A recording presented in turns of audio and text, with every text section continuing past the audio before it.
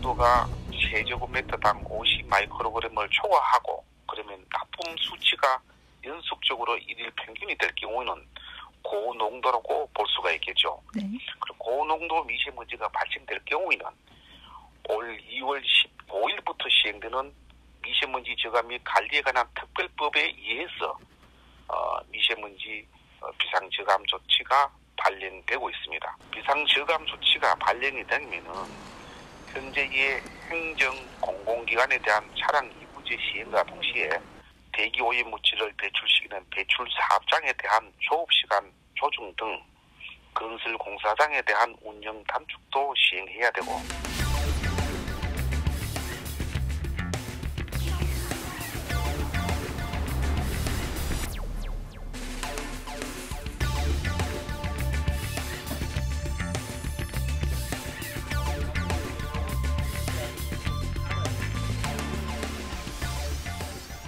생각보다 많지는 않아요. 어차피 익숙해져 있다고 생각하시는 분들도 있고 경각심을 크게 못 느끼시는 분들도 있고 찾으시는 분들만 찾아요. 길에 하고 다니시는 분들이 몇 분인지 보시면 알잖아요.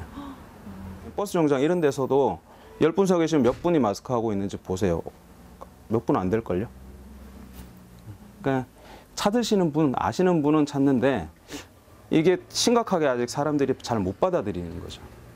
잘 차단이 될수록 숨쉬기가 힘들어지는 거죠. 잘 필터를 하기 때문에 그게 걸러지는 거잖아요. 그러니까 숨쉬기가 더 힘든 거죠. 노인이나 아니면 어린애들이나 좀 호흡기 질환이 있는 분들은 이걸 해서 더 힘들어할 수도 있는 거죠. 마치 질식되는 것처럼. 방한대를 오히려 더 많이 찾으시기도 하고요. 연세 드신 분들은. 추운 게 더 싫은 거죠.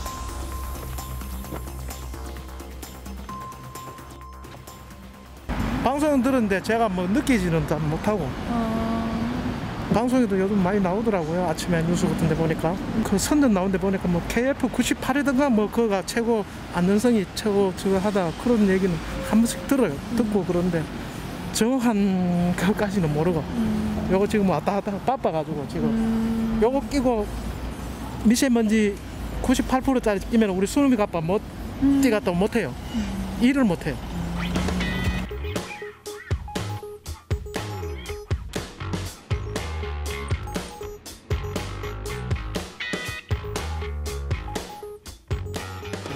이 장비는 이제 미세먼지를 측정하기 위해서 고용량 대기시로 채취기라고 해서 이제 미세먼지와 그리고 이제 기체상에 있는 물질들을 포집할 수 있는 장치고요. 미세먼지 시로 채취용 필터를 이렇게 깨끗하게 저희가 구운 상태에서 여기 해당 장비에 장착을 하여서 모여진 미세먼지를 저희가 필터 재기 전 후의 무게를 차이를 이용하여서 미세먼지의 농도를 측정하고 있습니다. 지금 24시간이 지난 필터, 이제 필터를 이제 수거를 해야 되겠죠? 예, 맞습니다. 이걸 한번 열어봐 주시겠어요? 예, 알겠습니다. 예, 보시면 여기 채취 안 된 하얀 부분하고 채취된 부분하고 확실하게 이렇게 차이가 뚜렷이 납니다.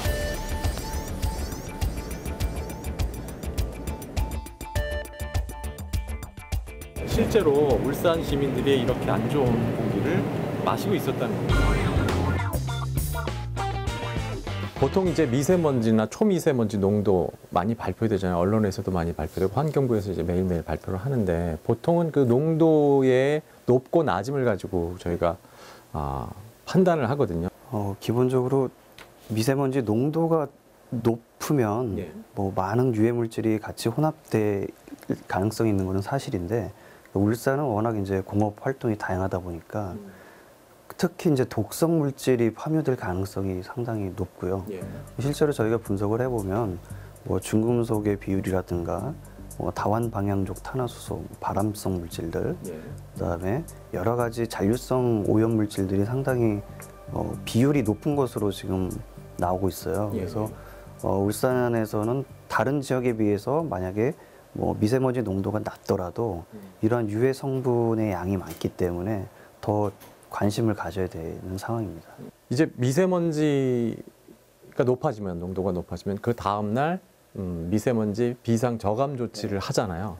근데 이제 전문가로서 이 비상 저감 조치로 인해서 과연 얼마나 대기가 개선될 여지가 있다고 보시는지, 얼마나 효과가 있다고 보시는지요?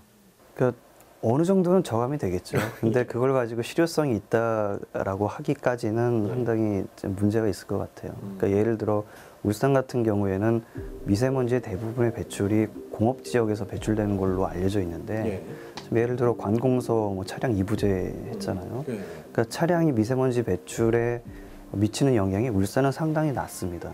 수도권은 상당히 높습니다. 수도권은 뭐 당연히 그럼 효과가 많이 있었겠죠. 근데 울산 같은 경우에는 그 효과가 상당히 적을 수밖에 없는 거죠. 그러니까 지금 전국적으로 이루어지고 있는 비상 저감 조치들이 거의 대부분 비슷하거든요. 근데 지금 그 조치 자체가 각 지역별로 그 원인이 다른데 처방이 똑같은 약을 쓰니까. 네네. 그러니까 각 도시별로 지역별로 거기에 맞춤형 어떤 저감 대책을 수립을 해야 되는데 거기에 대한 내용이 빠지고 전국적으로 거의 동일한 뭐 처방을 내리는 거죠. 자, 그러면 그 교수님 연구자로서 울산에 꼭 맞는 그 연구는 어떤 게 필요하다고 생각하시는지요? 울산에서는 미세먼지 중량 농도, 농도 자료는 도시대기 측정망에서 많이 나오고 있는데 그 미세먼지의 구성 성분이 무엇인지, 미세먼지의 구성 성분을 알게 되면 이 미세먼지가 어느 공장에서 왔는지, 선박에서 온 건지 자동차에서 온 건지를 알 수가 있거든요. 이에 대한 기초 자료가 울산은 거의 없다고 보시면 됩니다. 미세먼지 정책 방향, 이 방향은 어떤 쪽으로 세워야 좋다고 보시나요? 네, 이제 지난 1980년대, 90년대에 미세먼지가 평균 농도는 지금보다 훨씬 높았습니다. 많은 분들이 이제 오해를 하시는 거죠. 최근에 미세먼지 농도가 엄청나게 올라간 걸로 좀 오해를 하시는데 미세먼지 농도는 엄청나게 개선됐고요. 울산도 마찬가지입니다. 그런데 최근 한 4년, 5년 정도 미세먼지 농도가 계속 답보 상태인 거죠. 비슷하게 유지가 되는 상태입니다. 현재 우리나라의 어떤 경제 규모라든가 산업 그 구조로 봤을 때는 더 이상 기존의 어떤 연료 규제 정책은 미세먼지를 해결하는 데 도움이 안 된다는 거죠. 그래서 결국에는 어떤 친환경 연료, 에너지 개념이 도입이 돼야 되고요. 그다음에 기업체가 주로 미세먼지 배출원인데 기업체들의 어떤 환경 윤리 의식이 많이 올라가야 되는데 아직까지는 윤리 의식이 많이 그만큼 올라가지 않았고요.